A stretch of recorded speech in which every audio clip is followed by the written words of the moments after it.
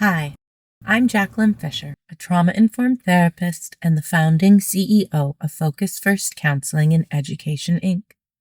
I help people turn pain into purpose, and this educational video series is part of that mission. Focus First Counseling and Education, Inc. is a 501c3 nonprofit organization in Blythe, California. This series is made possible through the generous support of the RAP Foundation, whose mission is to strengthen nonprofits and promote community wellness. Together, we're opening up important conversations about mental health, brain function, and the everyday ways we can build resilience and healing into our lives. In our last lesson, we explored the healing power of nature and gardening, and how rooting ourselves in the natural world can help calm our nervous systems and reconnect us to balance. Today, we're bringing that same sense of grounding indoors. This session is about learning how to organize your thoughts, your things, and your space so you can think more clearly, feel more centered, and create an environment that supports mental health and calm. I want you to think of this lesson not as cleaning up, but as a process of emotional clearing. The neuroscience tells us that when our environments are chaotic, our brains have to work harder to focus. Clutter competes for our attention, triggers stress hormones, and makes it more difficult for the prefrontal cortex, the part of the brain responsible for planning, decision-making, and motivation, to function at its best. We're not just talking about physical messes today. We're talking about the mental and emotional clutter that keeps us from moving forward, the unfinished tasks, the memories attached to objects, and the stories we tell ourselves about what we should hold on to. Throughout this lesson, we'll explore how clutter impacts your brain's motivational systems and emotional regulation.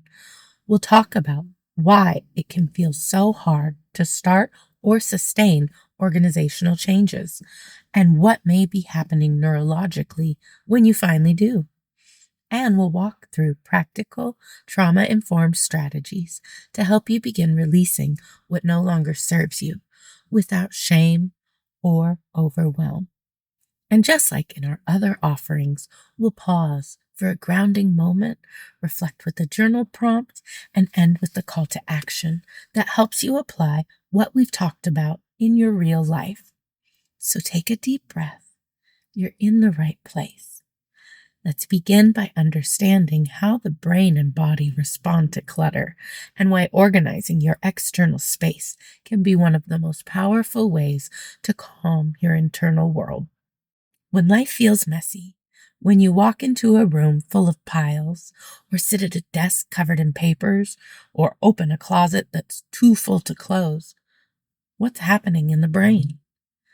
What we now know through neuroscience is that clutter doesn't just distract the eye, it overwhelms the mind. Every visible object in your environment sends a small signal to your brain. When there's too much visual input, too many items, shapes, and colors competing for attention, the brain's visual cortex and prefrontal cortex have to work overtime to filter it all out. That creates something called decision fatigue. Decision fatigue happens when your brain has been asked to make too many small choices. What to pick up first, what to keep, what to let go of, where something belongs. And after too many decisions, the mental energy needed for focus, problem solving, and emotional regulation starts to drop. That's why, by the end of the day, even the simplest tasks, like folding laundry or responding to one more message, can feel impossible. It's not laziness, it's neural depletion. When our environments are full of clutter, the amygdala, the part of the brain involved in detecting threat, can interpret that overload as danger. That increases stress hormones like cortisol, which can heighten anxiety and create a feedback loop of tension and avoidance. Over time, this can affect our ability to experience joy and motivation because dopamine, the neurotransmitter tied to reward and momentum, becomes harder to regulate. In short, the more overstimulated we feel, the harder it becomes to start. This is why you might notice that once you finally clean a small area, maybe the kitchen counter, you feel a sudden rush of relief and maybe even a little spark of motivation. That's dopamine at work. The brain loves progress. It loves completion. Each small win creates a reward signal that says, do that again. In Atomic Habits, James Clear describes how small achievable actions teach your brain that change is possible. When you start small, your brain learns safety in forward movement. So when I say, start with one drawer, I'm not giving you a cliche. I'm giving you a neurological strategy. That single drawer is a low-stakes, high-reward opportunity for your brain to build momentum. Another piece of this puzzle involves neurons, the cells that carry information throughout your brain and body. Most people think neurons are only found in the brain, but we actually have a complex neural network throughout the body. The enteric nervous system in the gut, often called our second brain, contains over 100 million neurons. There are also specialized cells in the heart that communicate information back to the brain. That means your environment affects not only how you think, but how you feel in your gut and in your heart. When your surroundings are chaotic, your body senses that chaos, and it can become harder to rest, digest, or trust your own intuition. This is why clutter can sometimes trigger feelings of guilt or sadness. You're not just reacting to the mess. You may be reacting to what it represents. Unfinished tasks, forgotten goals, or painful memories attached to certain objects. In The Body Keeps the Score, Bessel van der Kolk reminds us that our nervous systems store emotional imprints long after an event has passed. So when we begin the process of letting go, physically clearing space, we are often unwinding emotional memory as well. That is why I always encourage compassion over perfection. Decluttering and organizing aren't about control. They're about regulation. When we create calm outside of ourselves, it helps calm what's happening inside of us too. In a few moments, we'll walk through a grounding practice to help you center your body before you begin any kind of organizational task. But first, let's look more closely at motivation, why it sometimes disappears, and how we can rebuild it in gentle, sustainable ways. When people come to me and say, Jackie, I just can't seem to get motivated, I always tell them, motivation isn't a feeling. It's a feedback signal. It's your nervous system saying, I don't feel safe enough yet to take the next step. That small reframe changes everything.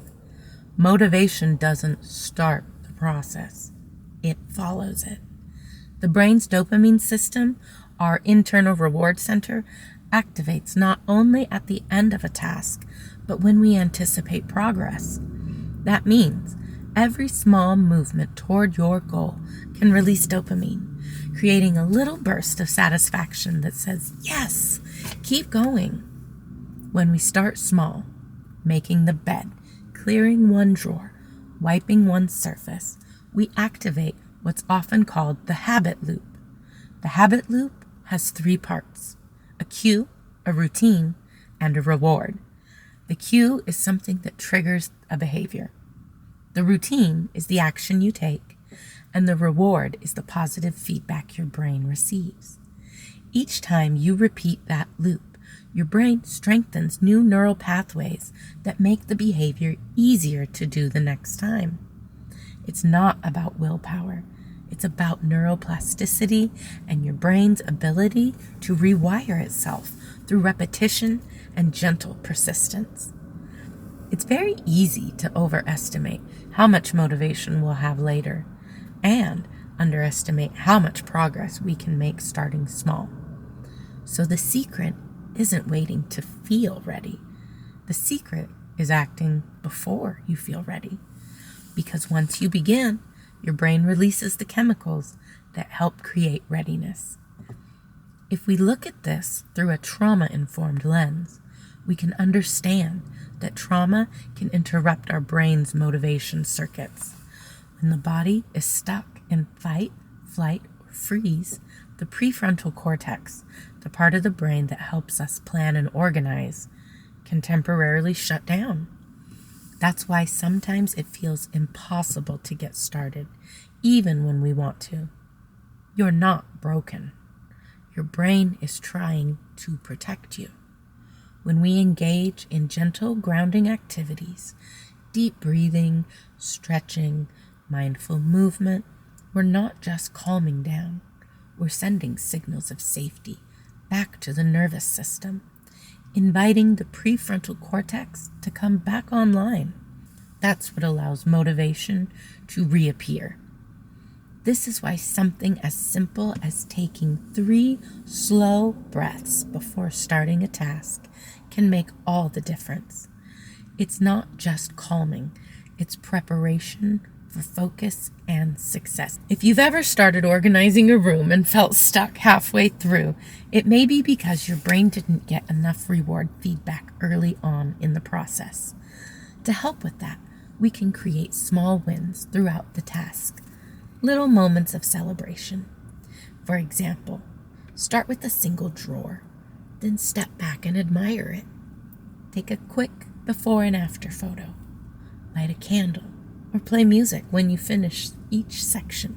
Each of these moments gives your brain a small reinforcing yes that supports momentum. Over time, your brain starts linking the act of organizing with pleasure and ease instead of frustration and shame.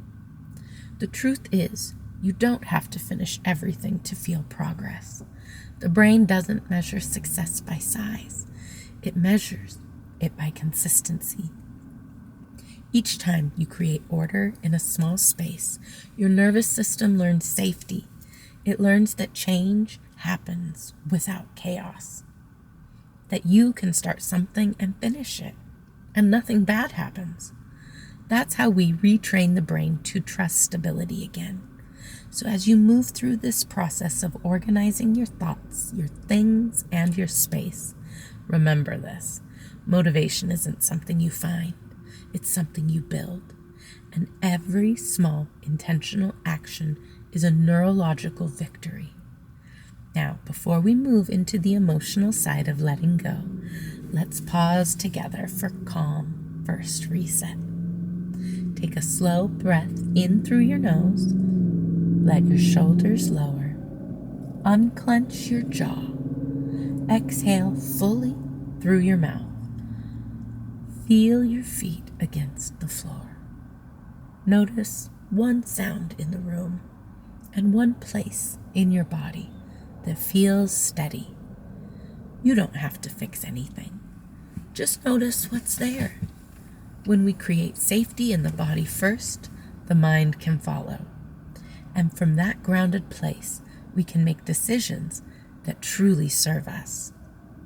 Now that we're centered, let's explore why it can feel so emotional to let go, and how releasing what no longer serves us can become an act of healing rather than loss.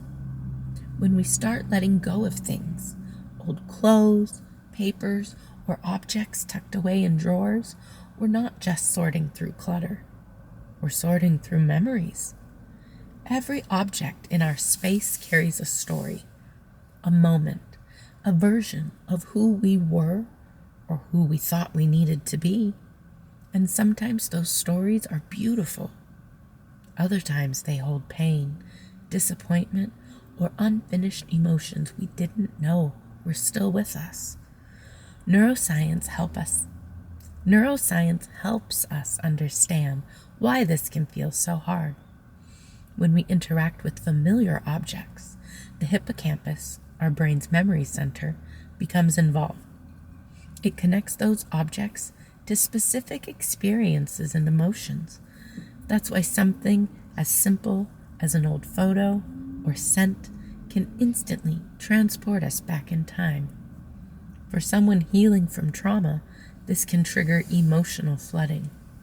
The nervous system may interpret that memory as a threat, even if the danger is long past. That's why decluttering can sometimes feel overwhelming. It's not just about physical mess. It can also be about emotional residue. One of the most trauma-informed ways to navigate this is through mindful presence. Before making a decision about what to keep or release, pause and ask, what does this item mean to me right now?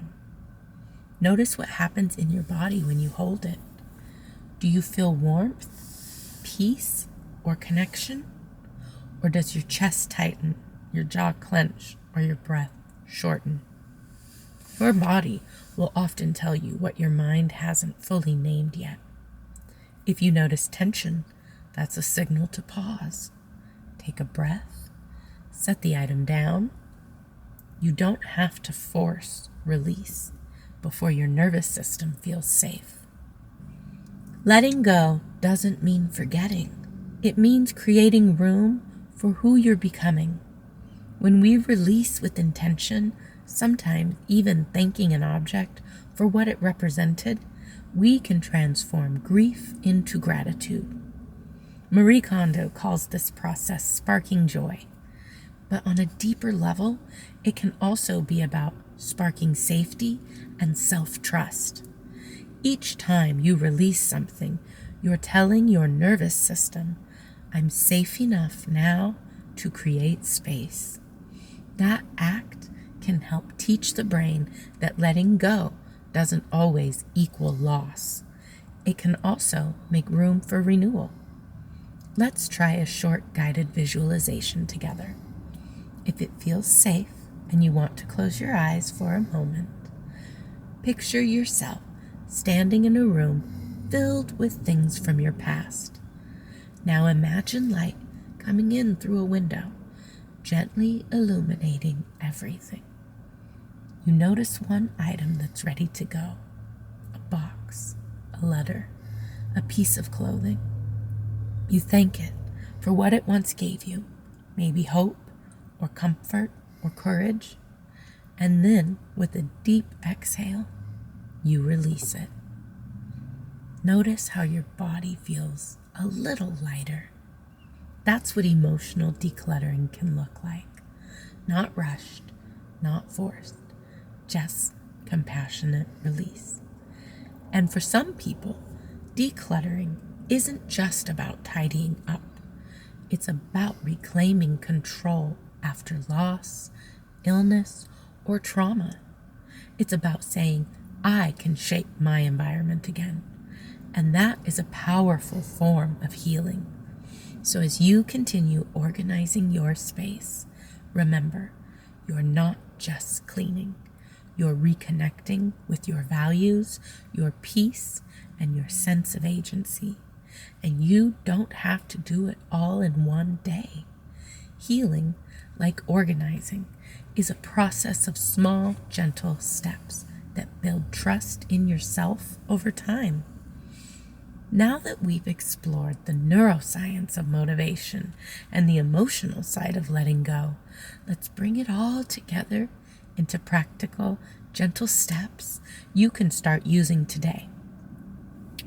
When I teach organizational skills to clients, one of the first things I emphasize is that order isn't about perfection. It's about peace. Creating calm in your physical space helps create calm in your internal world. That's why we begin with the Calm First protocol. Breathe, center, ground before making a single decision. Once you've claimed your nervous system, once you've calmed your nervous system, use these 3 steps. First, choose one small space. Pick a space that feels manageable, a drawer, a nightstand, the corner of a desk. Your goal isn't to conquer the room. Your goal is to create a win. Small wins build momentum. And every bit of progress communicates safety and control back to your brain. If you start and finish one small area, your reward system responds, and that sense of completion helps keep you going. Second, sort with compassion. As you go through each item, notice what emotions come up. If an object brings up sadness or guilt, take a slow breath before you decide what to do with it. Ask yourself, does this item still support who I am becoming? You might find that some things you once held on to for comfort now weigh you down. That's okay. Letting go is part of growth. This is where self-compassion matters. You're not judging the past. You're choosing alignment with your present. Third, create systems that support ease. After decluttering, the next step is designing your environment to support your mental health. That might mean designating a calm corner with soft lighting and comforting textures, or setting up a small tray with your journal, tea, or essential oils. It can help to create visual reminders that support the behaviors you want to repeat. Place your gratitude journal beside your bed as a signal to reflect before sleep. Keep your vitamins or water glass in sight to encourage hydration. Store your art supplies or gardening tools within easy reach if creativity helps you regulate. The easier it is to access what nourishes you, the more likely you are to sustain it. When you begin to see your environment as an ally instead of an obstacle, you start building a partnership between your mind and your surroundings. And that partnership is what turns small routines into long-term healing patterns. Take a moment now to reflect. How does my environment make me feel right now? Do certain spaces feel heavy or chaotic? Do others feel peaceful and open? Notice what your body tells you, not what your inner critic says. If you sense discomfort, that's not failure. It's information. It's your nervous system showing you where safety still needs to grow. Jot down a few notes in your journal about what stands out most. Sometimes writing down a single intention, like, I want my bedroom to feel restful, can begin a powerful shift. Organizing your space isn't just about external order. It's a practice of embodied healing. When you create order outside your body, you can begin to register more safety inside. When you soften your breath, your brain receives signals of peace. When you clear a shelf, your nervous system may feel a little more room to rest. This is where neuroscience, mindfulness, and emotional health converge. Every gentle step reinforces a new message. I am safe. I am capable. I am home within myself. Before we close, here's a simple journal prompt.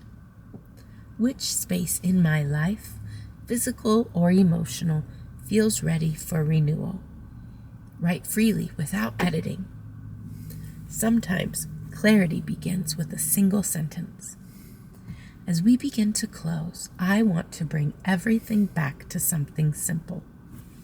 Organization isn't about control. It's about care. When you organize your space, you're sending a message to your nervous system. I'm paying attention. I'm creating safety. I'm making room. And those messages matter more than the number of items you keep or release, because the brain doesn't measure success by perfection. It measures it by consistency and follow through. Every time you clear one small area, your nervous system learns that change can happen without chaos, that you can begin something, complete it, and nothing bad happens. That's how trust is rebuilt, not all at once, but one small, regulated step at a time. As a gentle call to action, choose one small space today. Just one. Set a timer if that helps. 5 minutes. 10 minutes. Begin with your breath. Move slowly and stop when your body says it's enough. Completion matters more than quantity. When you finish, take a moment to notice how you feel. That sense of relief or lightness or clarity is your brain learning something new. It's learning that peace is something you can create. If this lesson resonated with you, share it with someone who might need a gentle push toward calm and clarity. Sometimes the most healing thing we can offer each other is permission to start small. In our next lesson, we'll explore the connection between yoga, the nervous system, and mental health, and how mindful movement helps release what the mind holds on to. We'll look at how gentle motion, breath, and mindfulness can deepen the healing process and help you feel more present in your own space. Until then, visit ffcei.org to learn more about Focus First Counseling and Education, Inc. And remember, every moment of care you give your environment is care you give yourself. Thank you for walking this healing path with me. To learn more or connect with our work, you can visit ffcei.org. We're here and we believe in your healing.